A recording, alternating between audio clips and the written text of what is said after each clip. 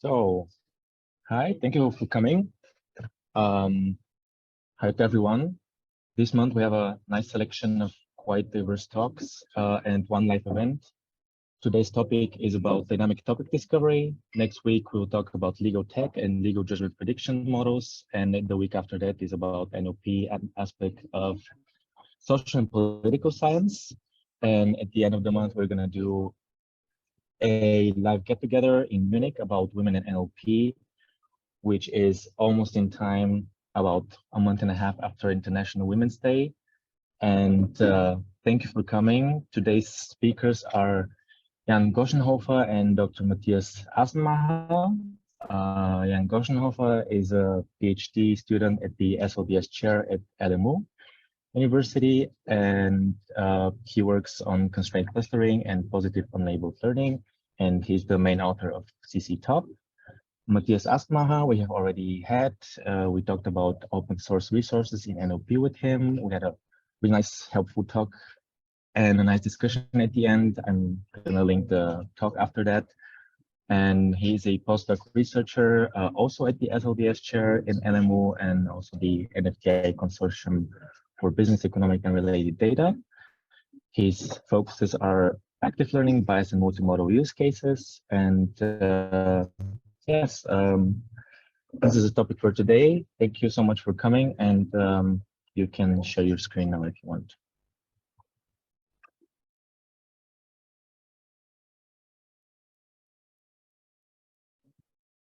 Let's go. I think you can hear me. Yes. Yes. And I hope perfect. And you can see the slides as well, which is also perfect. Cool. Yeah, nice. Thanks for having us. It's great being here. My name is Jann. Yeah, as you mentioned already, Martin, I'm the first author of this paper, CC Top, Constraint Clustering for Dynamic Topic Discovery, which I worked on with Matthias and some other folks. Yeah, as you said, LMU, Fraunhofer. And just to avoid any misunderstandings at the beginning of our talk, we are talking about not about the band CC Top, but we are talking about constraint clustering for topic modeling. Pun intended. And to give you an overview on the agenda, I will introduce a problem setting. We will then have a look at the CC Top framework, talk about some experiments, and conclude and give an outlook on what we think are interesting follow-up research and application questions. And I hope this leads to a nice discussion with all of you guys. To introduce the problem in general, I want to start with taking you into the perspective of having to annotate data. Constraint clustering is mainly used in what it was mainly used with image data. And this is also where part of my work is mostly focused on. So I will start with an image annotation example. Imagine your task is you have to annotate the input X, which is here on the left, and assign one sample, one of those samples, a class label from a label space Y. Small label space, 10 classes, quite straightforward. I think we all agree that this is a sports car, and also that this is a quite easy task. Stuff is getting a little bit more complicated if you have more weird, or let's call it ambiguous samples. For instance, this one, where we can see an airliner, a car, a sports truck. It's not super clear what it is.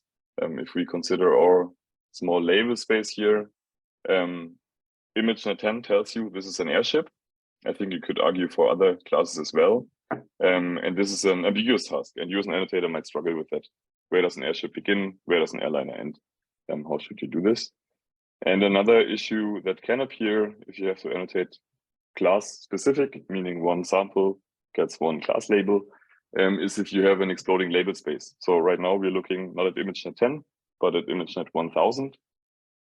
The label space doesn't fit on these slides because it's so massive. Again, your task is pick one of those labels, put it on top of this image. The true label would be the Maltese dog. And the problem that you are facing is that you would have to memorize all those 1000 labels as a very naive strategy, and have to keep them in your head while you look at the to-be annotated samples. And this overwhelming class cardinality might cause you some pain. And the question is, like, which labels should I annotate again? Can you remember all those? Can you remember all those labels from this large label space? Again, I introduced with images. We can, this straightforwardly also applies to text annotation settings. We are looking at the 20 newsgroup dataset right now. And like this sample is about, this text sample that should be annotated is about an aeroplane company. One of our labels in the label space is company. We assign company, that's the correct label. This was an easy task. And stuff is getting more complicated with this example. It's about an Institute for Sports Diagnostics, a little bit made up, but also about an educational company that offers lectures. And you might struggle deciding if it is a company, but you might struggle deciding if it is a company or an educational institution, and you might make some labeling mistakes there. And again, the overwhelming class cardinality can also strike here. Large amount of classes, you have to remember all of them. Company would be correct, but you might be struggling with this. There are some problems with instance level class annotations. I hope these examples motivated that a little. The first bigger issue is ambiguous tasks, where you have an unclear description of the individual classes that should be annotated. This was the example with the airship. Where does an airship end and an airliner begin? And this might lead to those similar but wrong labels. Second issue, high class cardinality. You have to remember all those 50, 100, 200, whatever individual classes. Slows you down. If you speed up the annotation process, you might end up making mistakes in the labeling process. And another issue that we target mainly with CC-Top is that you are required to have a static label space. You have to tell your annotators up front. You have to know, before you get your annotators, you have to know which classes you are searching for, which labels you're searching for. And it is unclear how to cope with new classes, with how to annotate non-mentioned labels classes. And one model class besides supervised classification or supervised learning models is to stop working with instance level class annotations and start working with pairwise class annotations, which we now coined as a remedy. What you will now do is you're not looking at individual samples anymore, but you're looking at pairs. So now we have two short text pairs here, something about whatever, you can read it yourself. And the decision that you are now making as an annotator is binary. So you only say, your label is only saying that this is a must link constraint, meaning the context of the content is quite similar. And then you're giving it a must link constraint. If it's different, then you would assign it a cannot link constraint. And this simplifies the annotation process at the cost that now your label obviously contains less information. And what we do in this work, we will see it later on, is to show that you can train quite performant models using such a limited annotation space or annotation information if you want. This example would be a cannot link constraint. The next one is a must link. Just due to the context, due to the content here. And after having introduced this kind of alternative annotation regime, if you want, again, we're working with pairs and a binary pairwise label space. There you need a model class that can cope with such binary constraints as annotations. And what you can do there is constraint clustering. Constraint clustering is around since, I think, the early 2000s.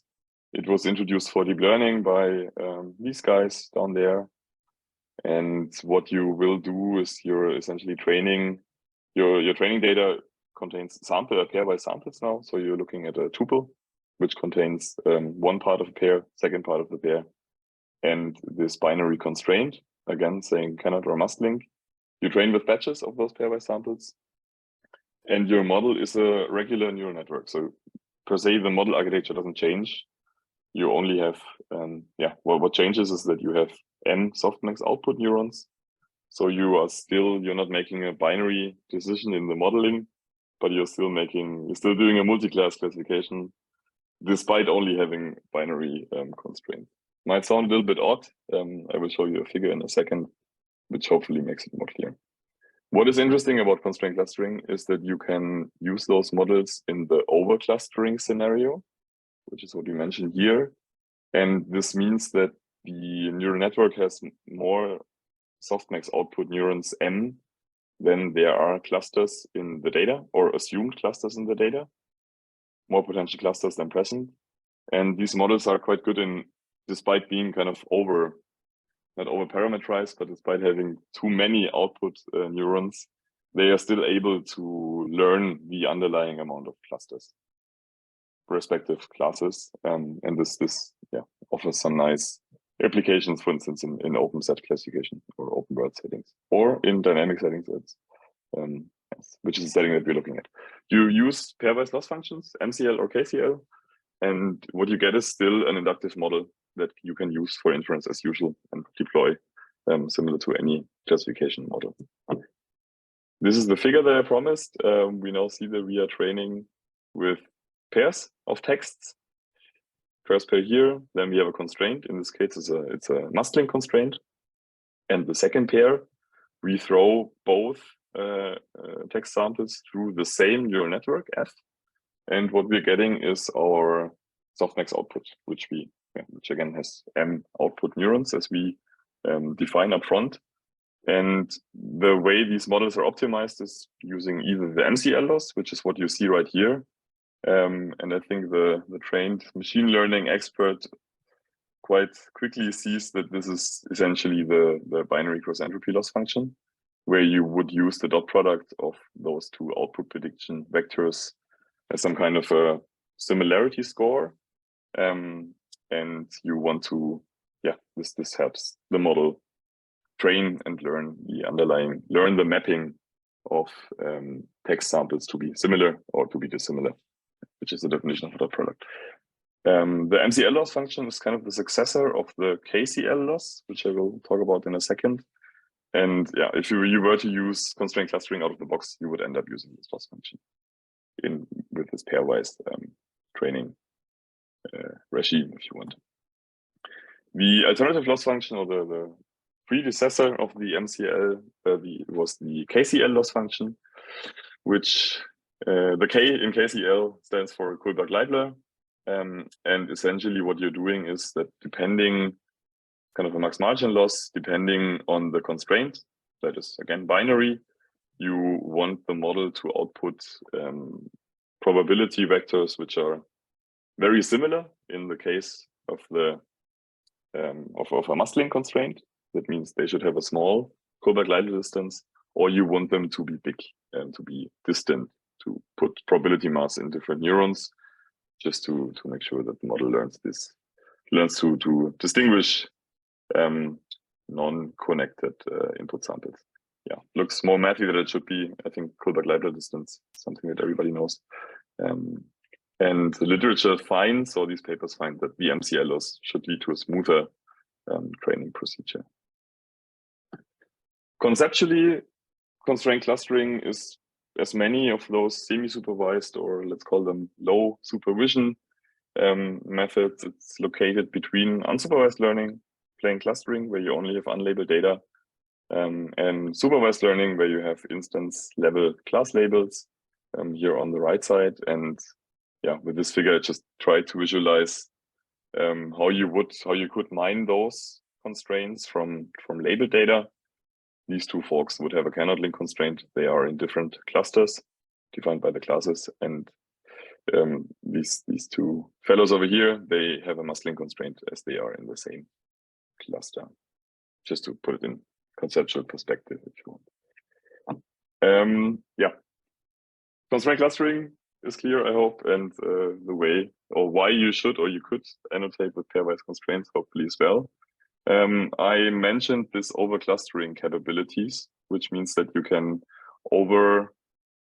give the model more freedom in terms of classifying clusters than there are clusters in the data, just to detect them. For dynamic topic discovery, we exploit exactly this capability of such models. And now imagine we have a dynamic setting. So at time point t = 1, we observe a set of samples that come from an initial set of k t = 1, so phase 1 classes. And sometime later, some months later, some weeks later, whatever, we get a new bag of samples that could belong to the old ones, but there could also be new or unseen classes in this new data set, and you can play this forever with more data updates in the future.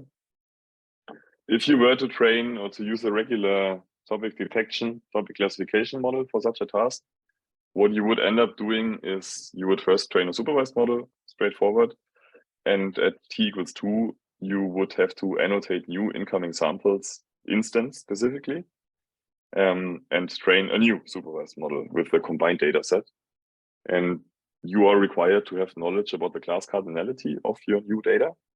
You have to know this upfront in order to do the instance level class annotation. And the continued training of the supervised model is not possible in a straightforward manner. And what we believe is a better, or at least an alternative approach, is to train a constraint clustering model on the first data set that you observe at t=1. And at t=2, you annotate the new data with binary constraints. And you can now, due to the fact that you do not have to change the softmax output, the last layer of your model, you can now continue training the constraint clustering model as it was before. You need no information about the class cardinality. Continued model training is quite straightforward. And you end up having an implicit detection mechanism that allows you to detect the novel categories in your data, in the new data. Yeah, that's a quote that we found somewhere on the internet. Let's consider a dynamic setting where the number of topics may change over time. This is actually a more realistic setting.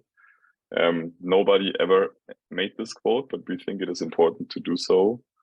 And we see two distinct paradigms. And first is the we know nothing, let's do topic modeling thing that is completely unsupervised.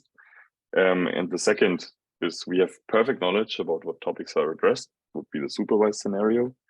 And what we believe is more realistic, and what might be super interesting for the discussion later to get your thoughts on, is to have a scenario where you're kind of in the middle. So you have some information, you have weak label information. These pairwise constraints are also called weak labels. But this knowledge might be incomplete, or it might be subject to changes. It could be in a dynamic setting. As I just explained. And examples for this would be user reviews, newspaper articles, tweets, all things where kind of new topics occur, which is in a lot of NLP applications, at least the way that we see it. And with this, I will hand over to Matthias, who will guide you through the framework itself and show you some experimental results. If the switch works. I think I can just force you to unshare, and I think it should work. Yeah. Maybe classical first question. Can you all hear me? I can hear you. Yes. And I can see this well. Nice. Cool. Okay, then after Jann did all the hard work, like introducing the formal setting and stuff, I have now the pleasure of showing you some numbers and some concrete results. And it was also quite fun listening to Jann stretching this over time, because actually a fun story at the workshop where we presented this paper, we had to fit the whole presentation to 6 minutes. So Jann was in front of there shooting like a machine gun. Now we're having a lot of time nicely introducing the whole setting and going to some more detail. All right, I'm gonna now show you with a quick figure what this CC-top framework looks like. Show you the experimental results, and I guess we have a lot of time to talk about an outlook, discuss interesting questions and so on. All right, guess I just have to adjust the cameras. Now I see everything. All right, what is CC-top actually besides a cool rock band? What we envision here is like we have this pool of kind of labeled data, as Jann already explained, not instance-wise labels, but pairwise annotations. And we can obviously do constraint clustering with them.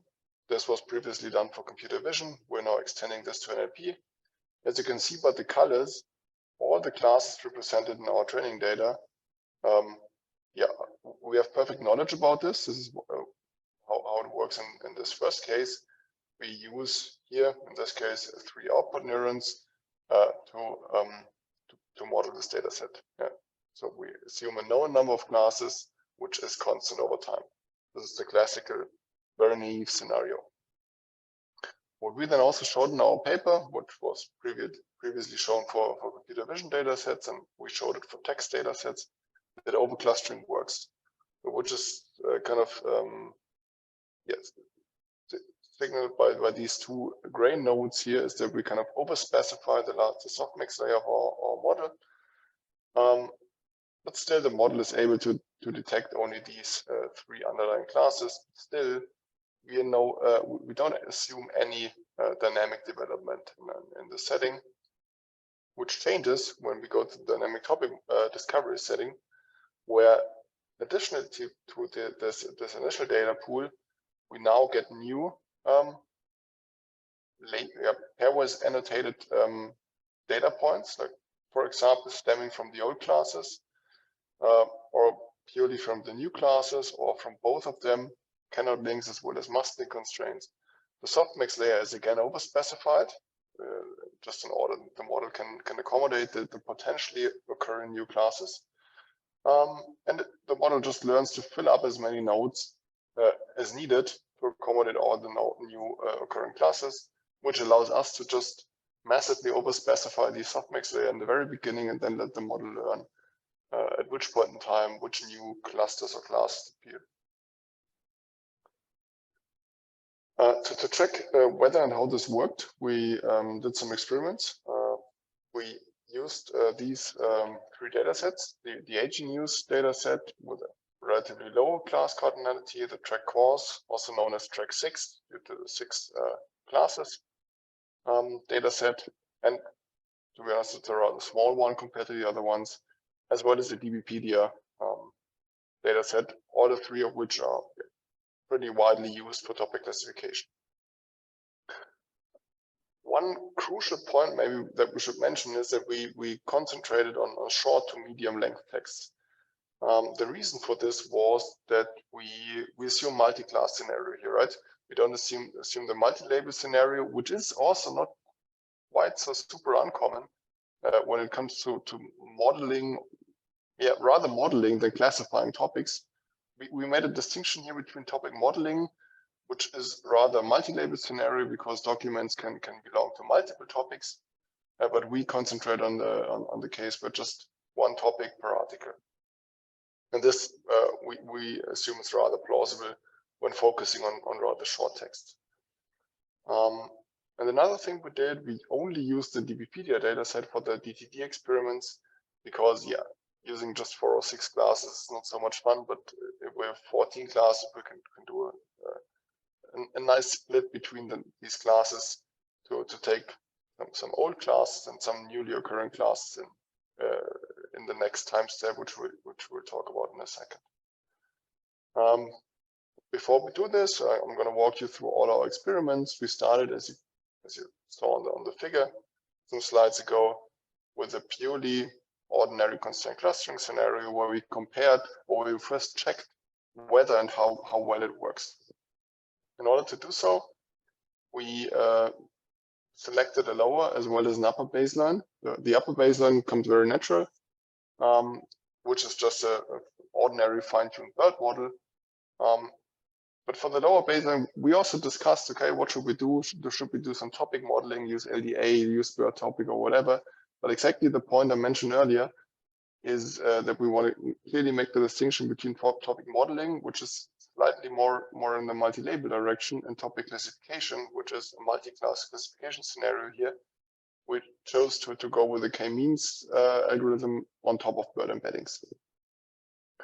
And if you check out the paper, we played through the scenario for different numbers of constraints. Here we can see the results for 20,000 constraints, which is, I mean, as Jann said, the constraint obviously holds a lower amount of information than a class, an instance-wise class annotation has. But yeah, 20,000 constraints is already quite something, and also requires quite some amount of work to annotate this. But nevertheless, in the paper, you can also see this for a lower amount of constraints. And what we did here, obviously, we're working with data sets where we have these instance-wise annotations. But yeah, having those, we can just simulate our CC top scenario, right? We can just sample a certain amount of cannot link and a certain amount of must link constraints, and then train our models with these. We also did multiple runs per algorithm per dataset to accommodate for variations here. But overall, the main takeaway from this slide is, okay, it works. We're way better than the unsupervised baseline. We're getting close to the upper baseline. So constraint clustering kind of works on these 3 topic classification data sets. It also still works in the overclustering scenario, right? What we did here for producing the numbers on this slide, we massively overspecified the output layer. So we again used the plain BERD model as a backbone, and then added a softmax classification layer with 30 output nodes on top of it, which is way more than the number of classes we have in each individual data set. We still see a similar picture compared to what we saw before. We are beating the baseline by quite some large margin. We're getting close to the upper, so the lower baseline we're beating, and we're getting close to the upper baseline. And by showing this, we're paving the way towards the DTD scenario, which was the actual goal of our work. And this is here's how we went after doing this. Again, we're working on data sets with instance-wise annotations. So everything we did was kind of a simulation. We divided our hypothetical scenario into 2 phases, phase 1 and phase 2. And remember, we're now talking only about the DBpedia data set with 14 classes, 10 of which we assume to be present already at time point 1. So this is denoted by KT equals 1, 10 classes in our case. We assume that we train, or we also did this, constraint clustering classifier, small f, t equals 1, for the data from this point in time. And what we expect there, if we then take our complete test set and kind of split it by the 10 old classes and the 4 new classes, we expect the performance to differ significantly. So we expect quite a good performance on the old classes, since we already showed that constraint clustering and also overclustering works. But we expect quite a worse performance when only inspecting the new classes KT equals 2. Because these classes only appear or emerge at time point 2. Now we assume a new set of classes, which are potentially more than the old classes. We don't want to kind of construct a whole new model, but rather update our constraint clustering classifier from time point 1. And now we expect a similar performance on the old classes as well as on the new classes, as well as on the combined test set. How we went after this? We first sampled 20,000 constraints from a subset of our training data set. Why did we use a subset? Yeah, because we only wanted these 10 classes to be present. So we artificially excluded the 4 classes we assumed only to appear at time point 2. For the next time step, we then sampled 10,000 additional constraints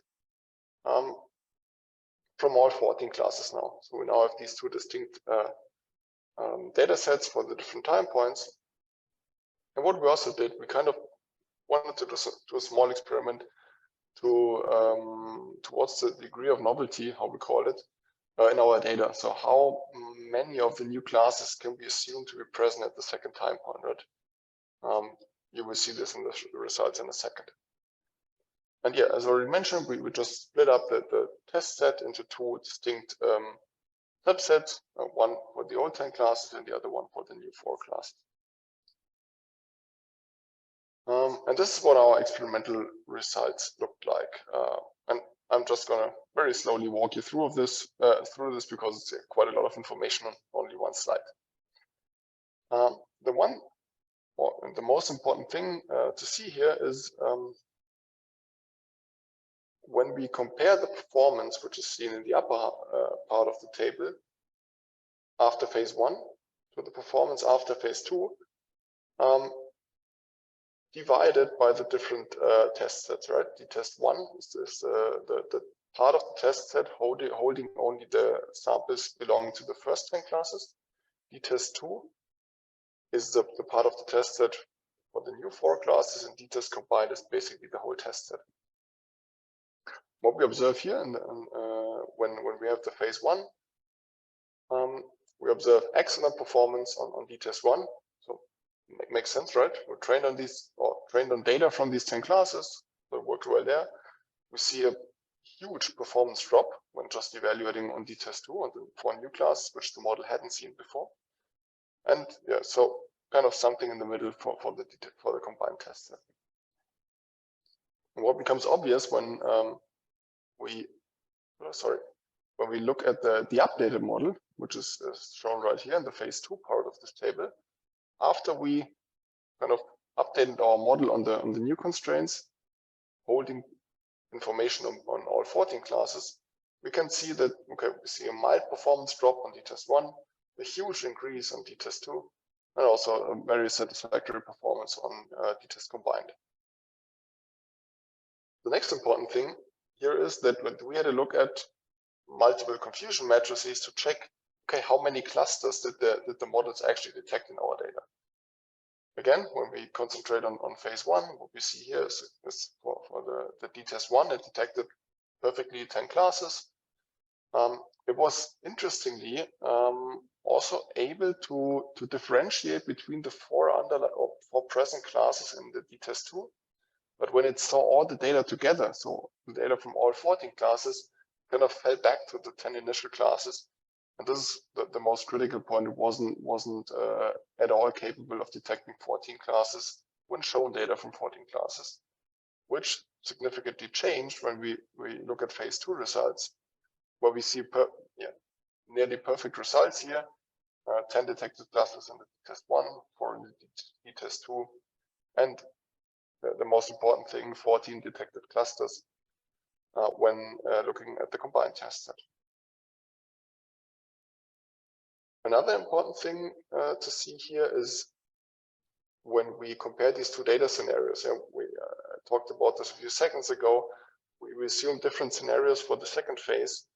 In the one phase, or in the one scenario, we said, okay, we have 50% of the new samples belonging to new classes, 50% to the old classes. And on the other hand side, we assumed a lower degree of novelty of only 25% belonging to the new classes and 75% belonging to the old ones. And we see quite some performance differences here, as well as when looking at the predicted clusters, where this scenario with a lower degree of novelty also shows worse results. So it seems to kind of matter how much input we get about the new emerging topics. Looking at confusion matrices also visualize this quite nicely. What we see here, and maybe one disclaimer, how did we even, or could we even check to which real class the model assigned a sample in the end? We use the Hungarian matching algorithm to then kind of map the clusters detected by the model to the true underlying class from the data set. What we can see here that most of the first 10 classes were assigned correctly. So this is the performance of the phase 1 model trained on only 10 classes on the combined test set of all 14 one, and this one severely struggled on the true cluster assignments, which are actually the true class labels. So here basically almost every sample from the 11th class was assigned to cluster number 3. So this kind of didn't work out, but this severely changed when we look at the performance of the phase 2 model after the update with the new constraints sampled from all classes. This severely changed, and we see nearly perfect alignment along the diagonal. So actually 40 classes detected, most of the samples correctly assigned to their classes. But this is can go back and forth, and we really nicely see how this changes. There are still some numbers off diagonal, but the performance increased drastically. This was it for the numbers, and now I guess, or I hope, I can deliver some interesting starting points for the discussion afterwards. One thing we saw is that model training wasn't super stable. We observed potential overfitting to the cannot link constraints, which was partly also due to our sampling procedure, but also especially we experimented a little bit with these extremely high cardinality data sets, like the banks. I think banks has 77 classes, and the clink is about 100 classes. So there we saw even weird results which we couldn't really explain. So this is kind of, yeah, I guess still open for future research. You might have already wondered how could we say, okay, a class was detected, and we used a very heuristic, easy definition for this. We just said, okay, if 1% of the respective tests there was assigned to a specific cluster, then we consider the class to be detected. Also, yeah, for sure debatable, but we didn't on the fly come up with something more elaborated. Also should be investigated further. And our findings were kind of contrary to what Zhu et al. Found. In our scenario, the KCA worked better, but empirically they showed, at least for the vision domain, that the MCL was kind of working better. But also, yeah, referring back to this instability thing, sometimes the MCL loss led to the model getting stuck during some model runs and couldn't really explain why this happened. So a closer inspection of what is happening there is necessary. And as a very last slide, before we can go into this discussion, some potential points for future research, or also what we did. We extended this existing approach from computer vision, showed that it worked for NLP, and I guess the contribution we consider most important ourselves, this the extension to this time dynamic NLP setting. Maybe a small advertisement, and also congratulations again to Jann for getting his paper accepted.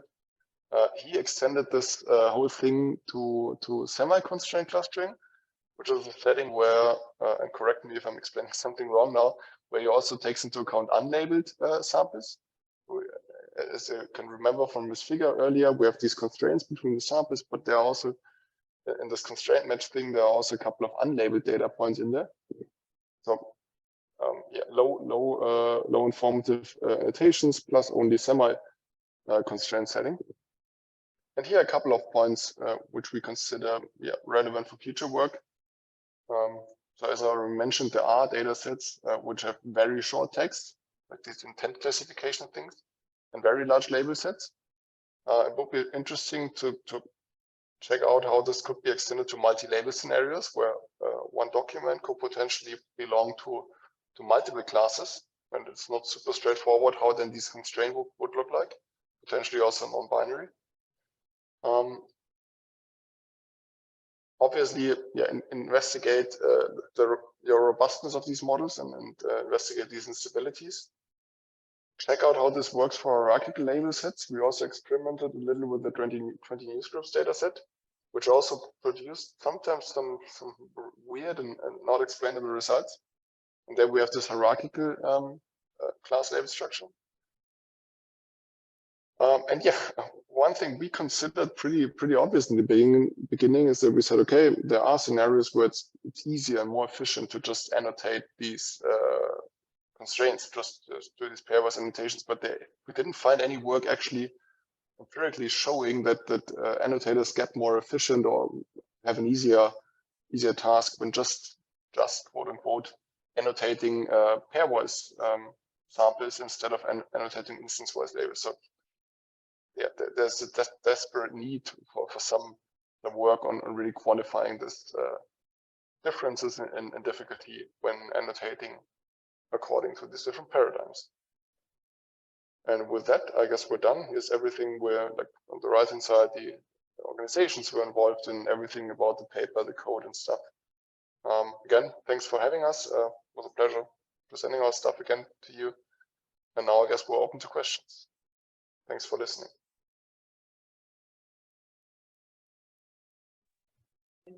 Thank you so much. This was very interesting. I see a single question in chat, which I think you indirectly answered. It was about, in slide 39, it was when you're showing the test and train data, and it was mentioned BERD, and they asked BERD is just a standard non-multilingual case BERD, right? And I think you answered that. Exactly, we had English data sets, we just use the English BERD model. It's just a proof of concept. I mean, you could maybe look for a better model there, but we just wanted to show, okay, you can plug in any pre-trained model as a backbone and just do the stuff on top. It will be interesting to experiment with other models, yeah, for sure. Sure, yeah.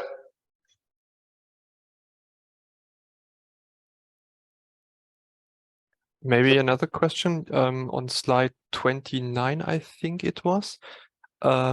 You mentioned that the inputs, or I guess the inputs to the training in general weren't sorted, right?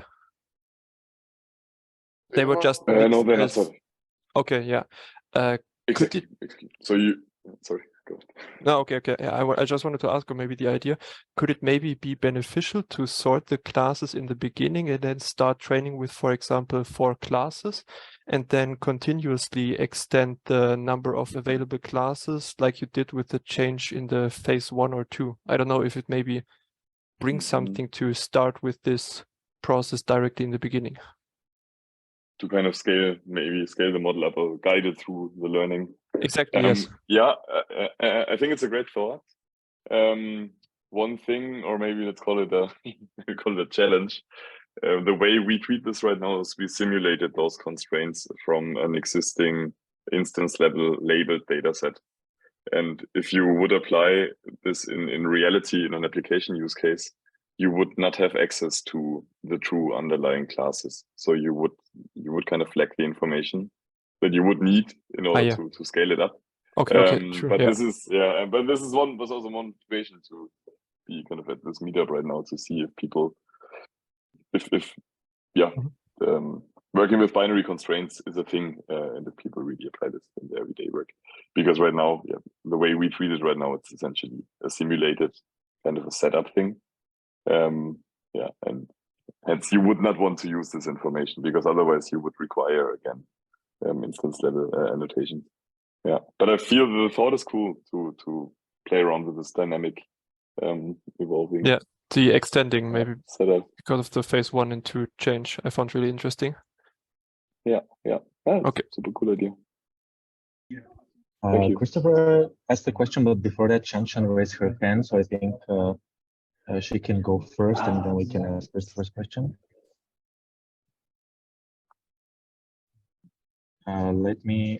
Okay, I think you can unmute yourself now. Yeah, okay. Thanks, yeah, I'm Matthias. Very interesting talk. I have a question regarding the phase 1 and phase 2. Now you just split the data set with different labels, right?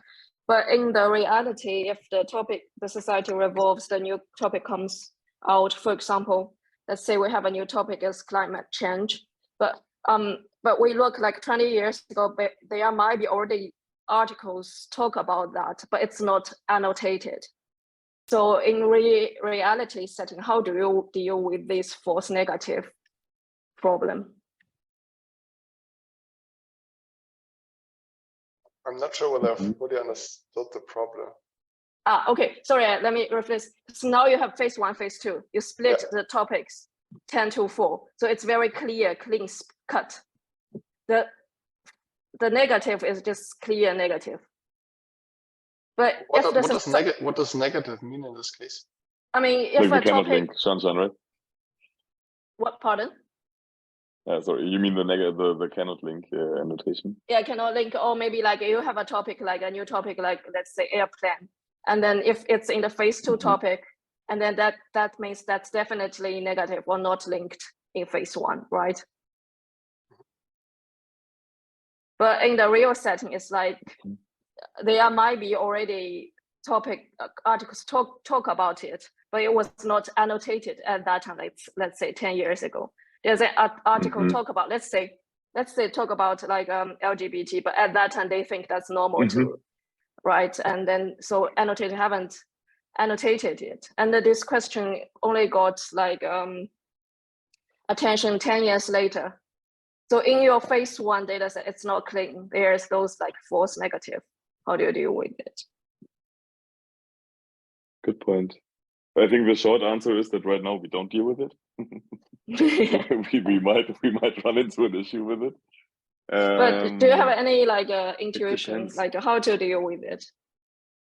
Yeah.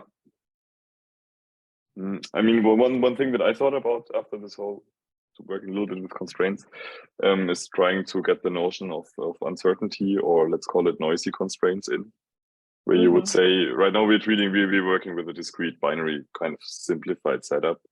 It would be interesting to maybe work with, try to train those models with soft constraints as well, that can be between 0 and 1, hoping that you might get a model that is giving, that you can kind of calibrate, or let alone the thought of being able to realistically interpret the those softmax outputs in those constraint clustering scenarios and uncertainty scores. Maybe that could help you with identifying such false negatives. Yeah, but for now, yeah, I would call it a great, exciting avenue for future research. Yeah, I'm excited to see your new work. Yeah, thank you. Yeah, thanks. Appreciate it. And now the question. And also, by the way, thanks for the paper, Christopher. I saw that in the chat, the set fit. I haven't read it. It sounds quite relevant. Thanks.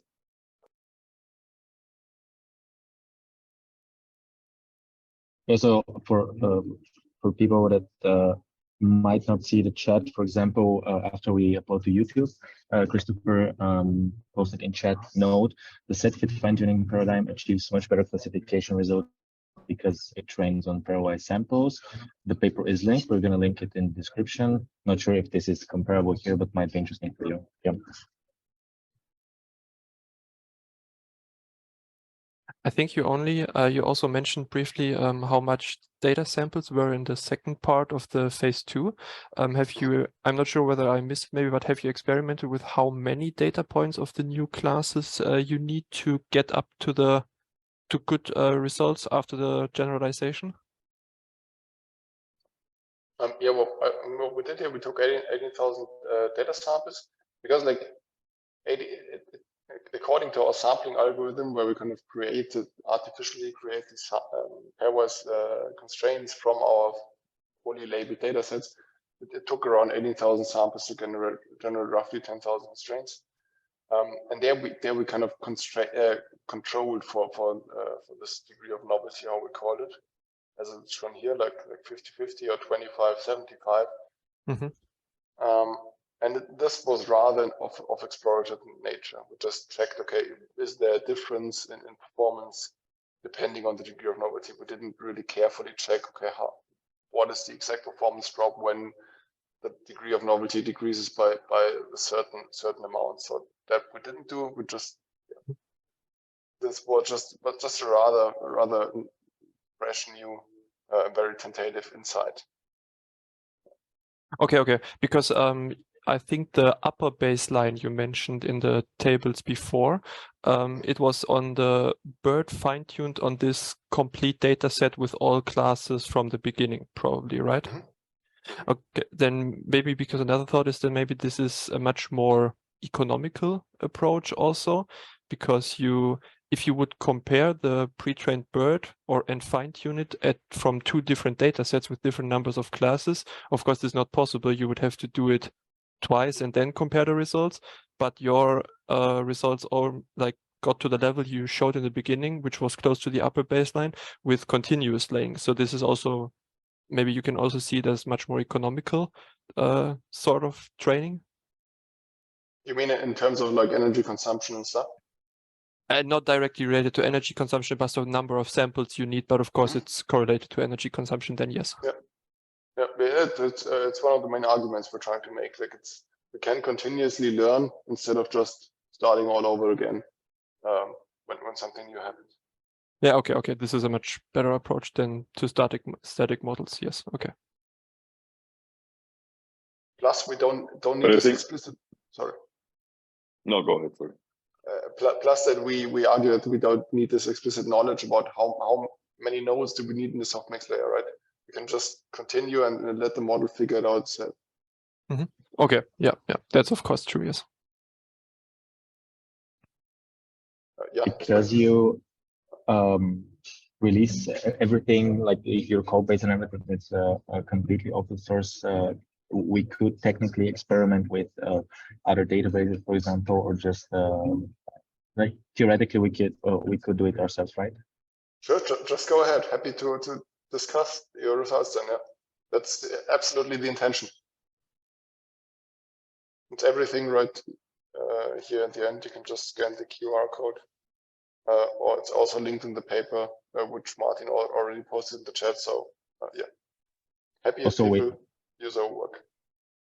As we said in the YouTube video, we're gonna link everything. But yeah, go ahead. Cool. Yeah, maybe as an addendum to what you said, Martin, I would personally be super interested if you guys at some point run into a scenario where you feel that pairwise annotation would be a thing, because I feel research is cool, it works quite well, but I still haven't really, and within my work at Fraunhofer, we work a lot on applied projects as well, and I have not yet really seen real applications for this kind of pairwise annotation. So if you have anything comes to your mind, whatever, 2 months in, yeah, would be excited to please reach out. It's actually a really interesting topic. I was going to ask you if you plan on working on it in the future, but you have already continued working on it. So yeah, it's gonna be interesting what happens in the future. I have continued, but I think I will also stop working on it because I just handed in my dissertation, and so this was kind of ramping things up now. But still, would be interesting if somebody comes on. We're gonna bleep this out in the YouTube video.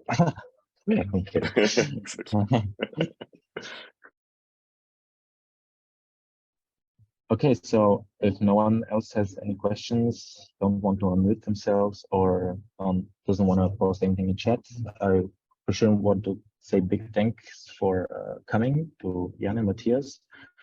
It was a pleasure. And yeah, also, I forgot to mention in the beginning that this paper won the prize for best paper at the NLP. Just big props. So thank you a lot for coming. It was really interesting, and people can reach out in the Discord server or in YouTube comments, and we're glad that we had you here. So thank you.